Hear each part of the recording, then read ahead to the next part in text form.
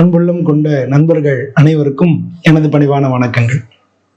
இந்த ஆடி மாதம் அப்படிங்கிறது நமக்கு நம்ம கலாச்சாரத்தில் ரொம்ப ஒரு முக்கியமான மாதம். அம்மன் வழிபாடு இந்த ஆடி மாதத்துல நடக்கிறது. எல்லா ஊர்லேயும் எல்லா கிராமங்கள்லையும் வழி வழியாக நம்ம இந்த அதுவும் கிராம தேவதைகள் ஆடி மாதத்தில் நடக்கும். அது மாதிரி விளக்கு பூஜைகள் பல ஆலயங்களில் விளக்கு பூஜைகள் நடக்கும். இது ஒரு சாமி கும்பிடுற மாசமா நம்ம வச்சிருக்கோம். அது மட்டும் இல்லை, இந்த ஆடி மாசத்துலேருந்து நமக்கு தட்சிணாயனம் அப்படின்னு ஆரம்பிக்கிறது. இந்த தட்சிணாயனம்ன்றது தேவலோகத்துல இரவு பொழுது இல்லை, இந்த இரவு பொழுது தட்சிணாயனம்ன்றது. அதுல இந்த ஆடி மாசம்ன்றது சாயந்தர நேரம். எப்படி சாயந்தர நேரம் விளக்கேற்றுறோம்னு சொல்றோம்ல, அதனாலதான் இந்த ஆடி மாசம் நமக்கு விளக்கு பூஜை எல்லாம் நடக்குது. இந்த ஆடி மாசம்ன்றது ஜூலை மாசம் 17ஆம் தேதியிலேருந்து ஆகஸ்ட் மாசம் 16ஆம் தேதி வரைக்கும் இங்கிலீஷ் தேதிகள்ல நமக்கு வருது. ஸோ இந்த ஆடி மாசத்தை பொறுத்தளவுல நமக்கு ஒவ்வொரு கிரகமும் எப்படி இருக்கு அப்படின்னு முதல்ல பார்க்க போறோம். இந்த ஆடி மாசத்துல நமக்கு மீன ராசியில சனி பகவான் வக்ரமா இருக்கார். அது மாதிரி சுக்கிரன் ரிஷப ராசியில இருக்கு. ஆனா சுக்கிரன் ஆமா ஆடி மாசம் 10ஆம் தேதி சுக்கிரன் மிதுன ராசிக்கு போறார். ஸோ மிதுன ராசியில குருவோட சுக்கிரன் சேருது. இது ஒரு யோகத்தை கொடுக்கறது. ஒரு சில ராசிகளுக்கு நல்ல யோகத்தை கொடுக்குது. அதே மாதிரி புதன் வக்ரம் அடைகிறார். அவர் ஆடி பிறந்த உடனே புதன் ஆடி 2ஆம் தேதியே புதன் வக்ரம் ஆகிறார். இந்த மாசம் 26ஆம் தேதி வரைக்கும் புதன் வக்ரமா இருக்கார். ஸோ இந்த மாசம் புதன் வக்ரமா இருக்கக்கூடிய ஒரு மாசமா இருக்கு. வக்ரம்னா அதனுடைய பலன் பின்னோக்கி போயிடுறது, அதனுடைய பலன் இல்லாம இருக்கு அப்படின்றதுதான் அதனுடைய அர்த்தம். ஸோ வக்ரமா இருக்கு. அது மாதிரி கன்னி ராசிக்கு செவ்வாய் இந்த ஆடி மாசம் 12ஆம் தேதி கன்னி ராசிக்கு செவ்வாய் போறார். ஆடி 12 அப்படின்னா 28 ஜூலை 28ஆம் தேதி, ஜூலை மாசம் 28ஆம் தேதி உங்களுக்கு செவ்வாய் கன்னி ராசிக்கு போறார். இதுதான் இந்த மாசம் இருக்கக்கூடிய சூழ்நிலைகள், கிரகங்களுடைய மாற்றங்கள். ஸோ இந்த மாற்றங்கள் ஒவ்வொரு ராசிக்கும் எந்த விதமான தாக்கங்களை ஏற்படுத்த போறதுன்னு பார்க்க போறோம். வாங்க நம்ம வீடியோக்குள்ள போய் முழுமையா பார்ப்போம். அன்புள்ளம் கொண்ட மிதுன ராசி அன்பர்களே, இந்த மிதுன ராசின்றது காலபுருஷத்துல 3ஆவது வீடா இருந்தாலும் பொதுவா இந்த ராசிக்கு உங்களுடைய ராசியில தான் இப்போ குருவும் சுக்கிரனும் இந்த மாசம் சுக்கிரன் இந்த மாசம் ஆடி மாசம் 10ஆம் தேதி உங்க ராசிக்கு வருது. அதனால குருவும் சுக்கிரனும் ஆடி 10லேருந்து உங்களுக்கு இருக்கு.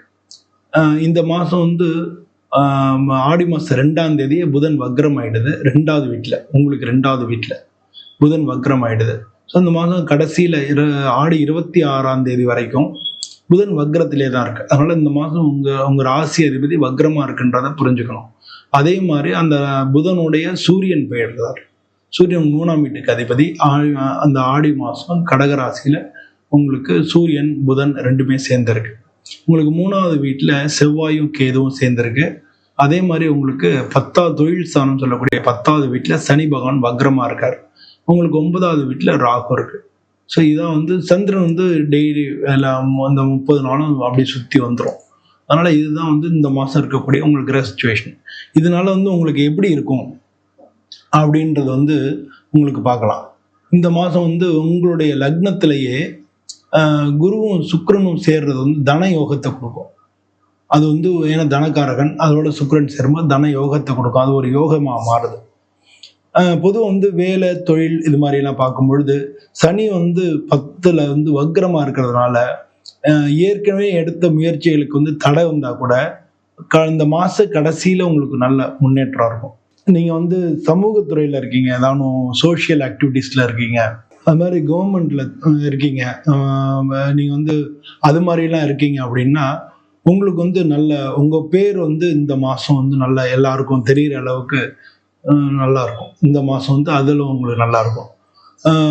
அது மாதிரி உங்களுக்கு பொறுப்புகள் நீங்க டிரான்ஸ்ஃபர் ஆகிறதுக்கோ இல்லை உங்களுக்கு பொறுப்புகள் அதிகரிக்கிறதுக்கோ அதுக்கான வாய்ப்புகள் மிக அதிகமா இருக்கு. அதனால நீங்க எங்கேயாலும் வெளியில பிரயாணத்துக்கான வாய்ப்புகள் இருக்கு. நீங்க வெளியில டிராவல் பண்ணக்கூடிய வாய்ப்புகள் நிறைய இருக்கு. பிஸ்னஸ்ல புதுசா ஏதாச்சும் நீங்க இன்ட்ரடியூஸ் பண்றீங்க, புதிய முயற்சிகள் இருக்கு இல்லையா, நீங்க தொழில் பண்றீங்கன்னா புதிய முயற்சிகளுக்கு கொஞ்சம் லேட் ஆகலாம். டைம் வந்து தள்ளி போகலாம். இதெல்லாம் வந்து இந்த மாதம் வேலை பார்க்குறவங்க, தொழில் பார்க்குறவங்களும் இருக்குது. ஆனால் நீங்கள் கொஞ்சம் பொறுமையாக இருங்க. அடுத்தடுத்த மாதங்கள்லாம் உங்களுக்கு நல்லா இருக்குது அப்படின்றத புரிஞ்சுக்கங்க. ஏன்னா இதெல்லாம் வந்து எதனால ஏற்படும்னா 10ல் உங்கள் தொழில் ஸ்தானத்தில் சனிபான் வக்ரமாக இருக்கார் அப்படிங்கிறத நம்ம புரிஞ்சுக்கணும். உங்களுக்கு உங்களுடைய ராசியில குரு சுக்கிரன் யோகம் தான். ஆனால் தொழில் ஸ்தானத்தில் இருக்கக்கூடிய சனி பகவான் வக்ரமா இருக்கிறதுனால இந்த மாதிரியான சின்ன சின்ன சிக்கல்கள் இருக்கலாம். ஆனால் அதே நேரத்தில் 2ல் சூரியன் புதன் இது 2ம் இருக்கிறதுனால உங்களுக்கு பண வரத்து அதிகமாக இருக்கிறதுக்கான வாய்ப்புகள் நிறையா இருக்கு. அதே மாதிரி வந்து கொஞ்சம் செலவினங்களும் வரலாம். ஏன்னா புதன் வந்து வக்ரமா இருக்குன்றத புரிஞ்சுங்க. செலவினங்கள் வரலாம். வரவுக்கும் செலவுக்கும் உங்களுக்கு ஒன்றும் ஈக்குவல் பண்ணிக்கலாம். ஒன்றும் நீங்கள் கவலைப்பட வேண்டிய அவசியம் இல்லை. நீங்கள் வந்து ஆனாலும் மிச்சப்படுத்துறது இந்த மாதத்தை பொறுத்தவரை கொஞ்சம் சிரமம் தான். பொதுவாகவே மிதுன ராசிக்காரங்களுக்கு கையில் காசு தங்காது. அதனால மிச்சப்படுத்துறதுன்றது சிரமம் தான். ஆனால் நீங்கள் கடன் வாங்கல தேவையில்லாமல் வரவுக்கும் செலவுக்கும் சரியா இருந்தா அதுவே நமக்கு போருமானது தானே. அடுத்தடுத்த மாசங்கள்லாம் உங்களுக்கு நல்லா இருக்குன்றத புரிஞ்சுங்க. அதனால பொறுமையா இருங்க. ஒரு சில மாசங்கள் நமக்கு ஒரு சில பிரச்சனைகள் வரலாம். அது அடுத்தடுத்த மாசங்கள்ல சரியா போயிடலாம். அதனால இந்த மாசத்தை பொறுத்தவரை நம்ம பொறுமையா இருக்கிறது நல்லது. அது மாதிரி பொதுவாக வந்து குடும்பத்தில் பார்த்தோம் அப்படின்னோம்னா நீங்கள் ஏதாவது உங்களுடைய பேச்சு மூலமாக இந்த 2ல் சூரியனெல்லாம் அவசரப்பட்டு பேசுறது மூலமாக ஏதாவது பிரச்சனை வந்துடலாம். அதனால் நீங்கள் அது வந்து நீங்கள் வாக்கை வந்து கட்டுப்படுத்தணும். அதே மாதிரி பிரச்சனைகளை வந்து நீங்கள் ஈஸியாக ஹேண்டில் பண்ணோம்னா நிதானமாக இருக்கணும், பொறுமையாக இருக்கணும். ஸோ அந்த மாதிரியான விஷயங்கள் வந்து இந்த மாதத்தில் நீங்கள் புரிஞ்சுக்கணும். மனசில் வந்து ஏதானும் கஷ்டமான எண்ணங்கள் வந்து இருக்கிறதுக்கு வாய்ப்பு இருக்குது. இதானும் சோகமாக நம்ம நினச்சிக்கிறது, நெகட்டிவாக திங்க் பண்ணுறதெல்லாம் வாய்ப்புகள் நிறையா இருக்குது. பட் அதெல்லாம் வந்து ஜென்மத்தில் குரு இருக்கிறதுனால உங்களுக்கு கவலை கிடையாது. அதுலேருந்தெல்லாம் நீங்கள் வெளியில் வந்துடலாம். பொதுவாக வந்து இந்த மாதம் வந்து உங்களுடைய சகோதரர்களோட நல்ல உடன்பாடு ஏற்படுறதுக்கான வாய்ப்புகள் மிக அதிகமாக இருக்குது. ஆனாலும் வந்து கொஞ்சம் பிரச்சனை ஆகி தான் சரியாகும். ஆனால் இதனால் எப்படி இருந்தாலும் உடன்பாடு ஏற்படுறதுக்கான வாய்ப்புகள் நிறையா இருக்குது. அது மாதிரி வந்து மாணவ செல்வங்கள் பார்த்தோம்னா குரு லக்னத்தில் இருப்பது வந்து கல்விக்கு ரொம்ப ரொம்ப நல்லது. உங்கள் ராசியில இருக்க ஜென்மத்தில் இருக்கிறது வந்து ரொம்ப ரொம்ப நல்லது. அது மாதிரி வந்து வெளிநாட்டு முயற்சிகள் யாரானும் படிக்கிறதுக்காக வெளிநாடு போகணும் முயற்சிகள் பண்ணிட்டு இருந்தீங்கன்னா அது கொஞ்சம் லேட்டாகிறதுக்கான வாய்ப்புகள் நிறையா இருக்கு. அது மாதிரி வந்து உங்கள் படிப்புல கான்சன்ட்ரேஷன் கம்மியாகிறதுக்கு, படிப்புல வந்து கவனக்குறைவு ஏற்படுறதுக்கான வாய்ப்புகளும் நிறையா இருக்கு.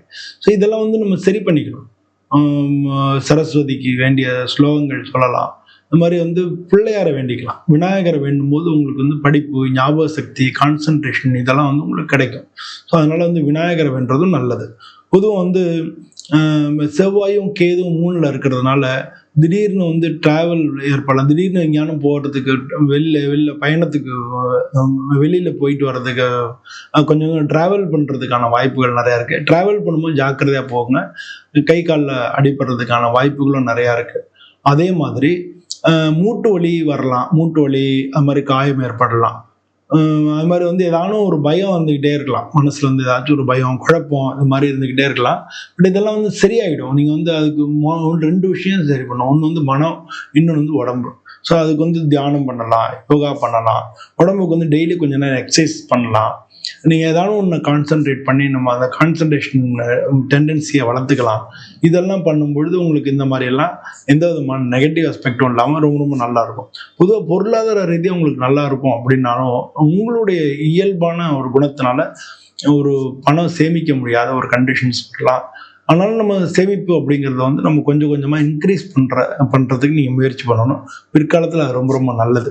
உங்களுக்கு வந்து வரக்கூடிய காலங்களில் அதீதமான பண வரவுகளுக்கான வாய்ப்புகள் நிறையா இருக்குது.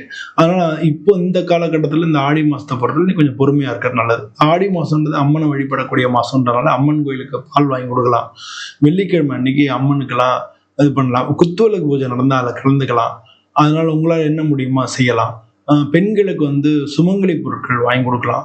ஏன்னா உங்களுக்கு இந்த குருவும் சுக்கிரனும் சேர்ந்து இருக்கிறதுனால பெண்களுக்கு வாங்கி கொடுக்கும்போது தனயோகங்கள், பணங்காசுல நல்ல செல்வ வருமானங்கள் வந்து அதிகரிக்கும். அதனால இதெல்லாம் பண்ணீங்கனாலே இந்த மாதம் உங்களுக்கு மிக சிறந்த மாதமாக இருக்கும். பொதுவாக இந்த மாதத்துல வந்து உங்களுக்கு நல்ல நாட்கள் அப்படின்போது ஜூலை மாதம் வந்து 16, 25, 31, ஆகஸ்ட் மாதம் 6ஆம் தேதி இதெல்லாம் வந்து உங்களுக்கு நல்ல நாட்களாக இருக்கு. கொஞ்சம் சிக்கலான நாட்கள் அப்படின்னு பார்த்தோம்னா ஜூலை மாதம் 20ஆம் தேதி, 27ஆம் தேதி, ஆகஸ்ட் மாதம் 3ஆம் தேதி எல்லாம் கொஞ்சம் சிக்கலான நாட்களாக இருக்கு. பொதுவாக இந்த மாதம் வந்து உங்களுக்கும் நல்ல பலன்கள் கிடைத்து நீங்களும் வாழ்க்கையில நல்லா இருக்கும்னு சொல்லி நானும் சுவாமியை பிரார்த்தனை பண்ணிட்டு உங்கள்ட்ட இருந்து விடைபெறுகிறேன். நன்றி, வணக்கம்.